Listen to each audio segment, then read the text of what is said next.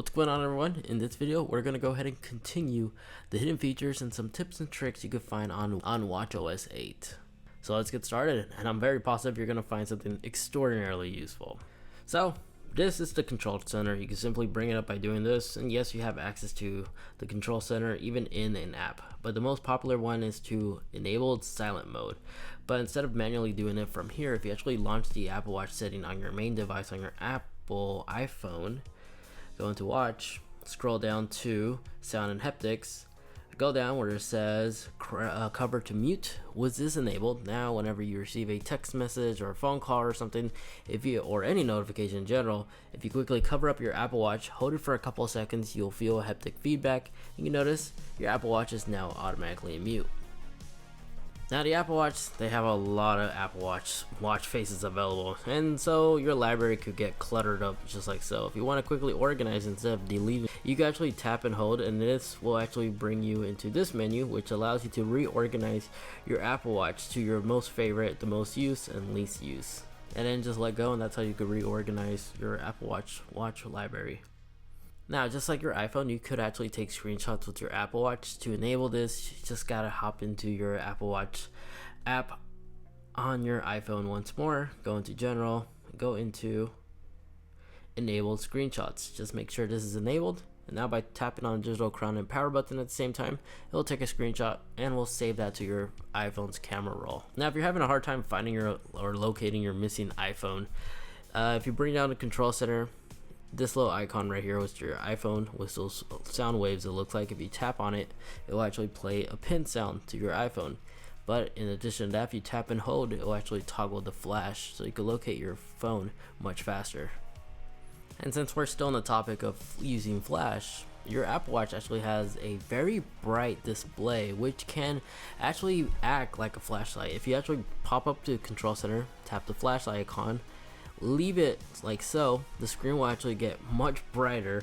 It really does illuminate everything, and in addition to that, you also have different modes too. So if you want to slide and use this as a spot watch, if you're a jogger or something like that, you could do that, as it does strobe lights, and it also does a solid red color, so you can easily visible if you're running outdoors or something. And since we're in a conversation of being visible running, if you actually pick up the Nike version Apple Watch and yours came with the loop band like this is actually a reflective yarn, which means if you're running outdoors, this will be visible to oncoming vehicles. Now, if you tap the screen with 2-finger, your Apple Watch will actually verbally tell you the time. If it doesn't do this, you just simply got to go into your iPhone Apple Watch settings once more, scroll down to clock, and where it says speak time, make sure this is enabled. And this depends on your personal preference. If you put it on silent mode, it won't do it if it's in silent, but if you leave it on always speak, even if your Apple Watch is in silent, with 2 fingers, your Apple Watch will verbally tell you out loud the time. And fun fact, if you switch it with the Mickey or the Minnie Mouse watch faces, it will actually switch to Mickey and Minnie Mouse voices. Now, if your Apple Watch is equipped with LTPO hardware, aka always on display, you can actually hide the notifications so it doesn't always show. This way, if there's somebody next to you and your notification goes off, they can't really take a quick glance. It's kind of a privacy thing. So if you want to hide your notifications on your always on display, simply just go onto your iPhone app watch settings, go into settings, go on notifications, and right here, just tap to show full notifications. Now whenever you receive a notification, it's the app icon. You have to tap on it to show the rest of the details. Now, if you want to add chimes to your Apple Watch, this will allow your Apple Watch to send you a haptic feedback or a sound notification whenever it's an hour. So if it's 1 o'clock, it'll do that, 2 o'clock, 3 o'clock, 4 o'clock, kind of like church bells. You can actually set your Apple Watch so it can do this. Simply just go into either accessibility or clock settings on the Apple Watch app and just go ahead and enable chimes. And then the rest, additional settings, you can change the different sounds between bells and birds. And yeah, that's how you enable that. Now, auto answer calls is a setting you could enable, and if you want this feature, just go into once more the Apple Watch app, go into accessibilities, and here you'll find the auto answer calls, and just quickly enable this.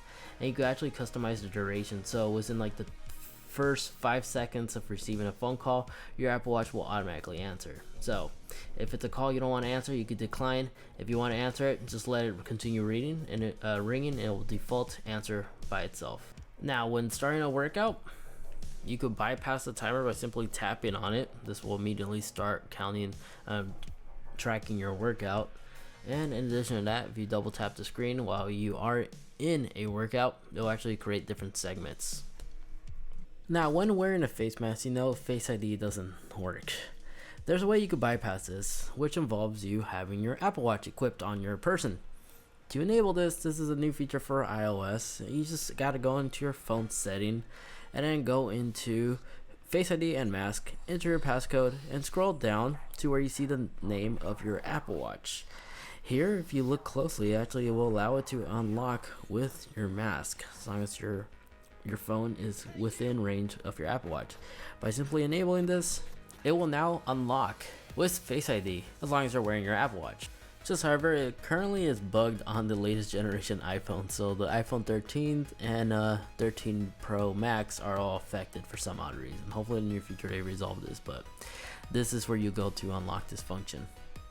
And then you could do the vice versa as well.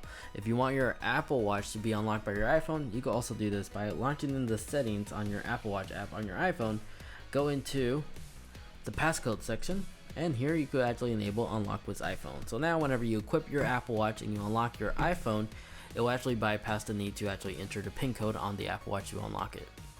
And then if you're using an Apple computer and it supports this, you can also do a very similar functionality by going on your Mac, go into System Preferences, go into Security and Privacy, and in the General tab, select the Apple Watch you want to be used to unlock your Mac. So now whenever you're nearby via Bluetooth, it will unlock your Mac computer without you needing to enter your passcode or use Touch ID.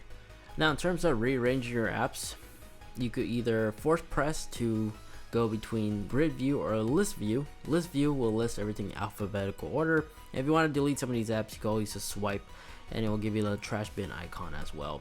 And if you go back in grid view, you can actually tap and hold, and just like your iPhone on one of these apps, you can actually rearrange them to your liking by entering edit apps, and here you can rearrange it as well as delete them.